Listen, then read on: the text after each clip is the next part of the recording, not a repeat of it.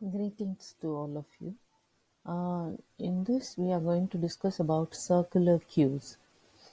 Circular queues, why we need a circular queue is the first point that we should understand. In a normal linear queue, uh, it will be linearly arranged and there will be a front and rear pointers.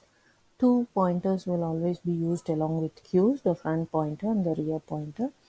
Deletions will take place at the front end and the insertions will take place at the rear end. So, initially the front and rear pointers in a linear queue will be before the when it is empty, when the queue is empty, the front and the rear pointers, when implemented using an array, the both the pointers will have the value -1 because it is not pointing to any specific location. Now, as the insertion goes on, rear end is where the insertion happens. So rear +1, the pointer has to be incremented and the insertion take place continuously. So the rear pointer might be pointing to the last location. As the insertion goes on filling each location, the rear pointer will get increased and you can go on inserting till the size that is allocated in the array. So in this case, 8 elements. So as rear reaches 7, the insertion will be over because queue will be full. Now deletion keeps happening at the front end, and when rear is in 7 and front is in -1, the queue is full. Now deletion takes place, so front will be incremented and one element is deleted. Likewise, each element gets deleted. Now the rear pointer is here in 7, meaning the queue is full, and now the deletion happens even if the front pointer is going to be in 7 or in 6 and rear is in already in 7, then it will still say the queue is full, though all these locations are empty till 5. Front is in 6 and 7 is pointed by rear. So, 6 locations are empty, but even then it will say the queue is full. So, to avoid such situations, if we are able to move the rear pointer again back to 0 from 7, where 0 is empty till 5 it is empty, so we should be able to make use of these locations. So if we can visualize this queue as a in a circular way, then naturally we can reuse all the locations which are deleted. So we need a circular queue to avoid wastage of space and to avoid the situation where when there are three locations available, it should not say the queue is full as in the case of linear queues. So we make use of a circular queue. So circular queue, you can imagine something like this, and again when it is like this, uh, it starts from the zeroth location. So initially front and rear will be pointing to the zeroth location. Then insertion takes place. So rear has come to 4 and front remains in 0.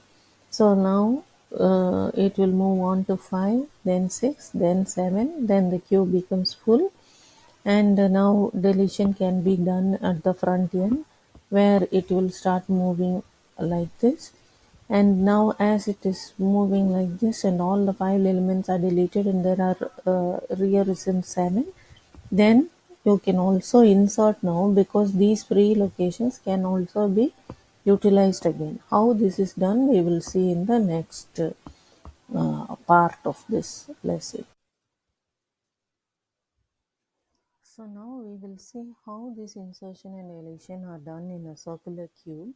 And as I was telling you earlier, as you keep deleting here from 0 to 3 locations are empty, and assume your front is in 3 and the rear pointer is in 7.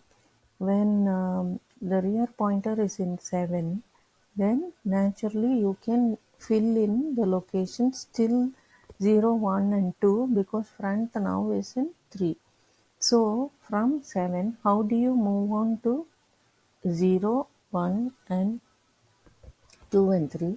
Normally insertion is done by uh, incrementing the rear pointer by 1, or if it has to be deleted then you have to increment the front pointer by 1. That is how insertion and deletion are done. So when you are in the location 7, when the rear pointer is in location 7, if you do rear plus 1 to insert in the free location 0, then 7 plus 1 might become 8 and you will be out of the subscript, will be out of range. So what happens is we have to make use of the mod operation. So rear plus 1 will be 7 plus 1 mod n should be the thing. So 0 to 7 is 8, n is actually 8, size of the queue is actually 8. So n is 8. So you have to do 7 plus 1 mod 8. So 7 plus 1 mod 8 is 8 divided 8 mod 8 will be 0. So you land up in.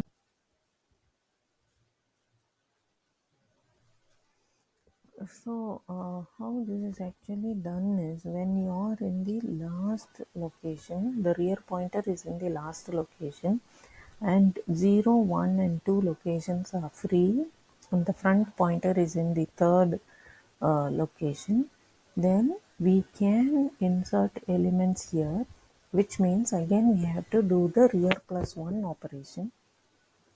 So, being in 7, when we say rear plus 1, it has to be along with the mod operation. So, totally 8 elements are there.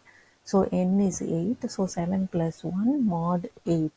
7 plus 1 is 8. 8 mod 8 is 0. So, we land up in 0. So, you can insert an element there. So, how this mod operation works is you take any n. You say, for example, n is 3. Then 3 mod 3 gives you 0. So if it is 0 mod 3, 0, 1 mod 3 is 1, and 2 mod 3 will be 2, and 3 mod 3 becomes 0 again. And if it is 4, 4 mod 3 is 1, 5 mod 3 is 2, 6 mod 3 again becomes 0. 7 mod 3 will be 1, 8 mod 3 is 2, and 9 mod 3 will again become 0. So the pattern of 0, 1, 2, 0, 1, 2, that kind of a continuous change will always be there. So this facilitates the process of insertion and deletion of elements in a circular queue. So for both rear insertion we have to operate on rear, and for deletion we have to operate on the front pointer. So if the rear plus for insertion, it is actually rear plus 1 mod n, which if it is not equal to front, then there is place for insertion. So we say rear is equal to rear plus 1 mod n and you insert the element. In case rear plus 1 mod n is not equal to front, then it means the queue is full. So we cannot insert. The same way for deletion, if front and rear pointers are pointing or same, then it means it is empty wherever it is. Not necessarily it has to be -1 or 0 to start with when it is empty, but wherever it is, maybe it is in the 7th location also. If both are pointing to the same location, then Q is empty. In case they are not pointing to the same location, then there is a space for insertion of a new element.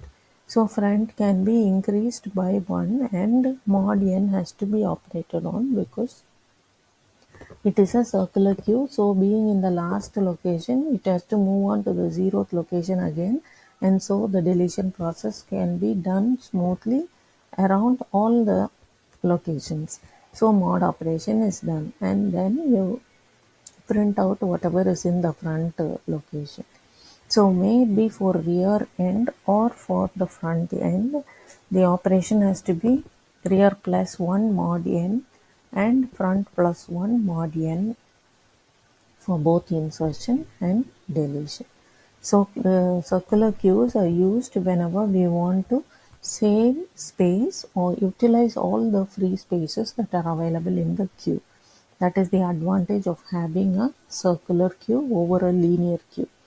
In linear queue, there will be wastage of space because always the rear pointer moves in one direction and ends, it stops moving when it reaches the size of the queue. Whereas the front pointer for deletion, front pointer keeps incrementing, and once it reaches rear, then though the queue has lot of free locations, it cannot be filled in because rear pointer is in the last location. So it says that the queue is full. So to overcome this disadvantage in a linear queue, we are making use of the circular queue. Thank you.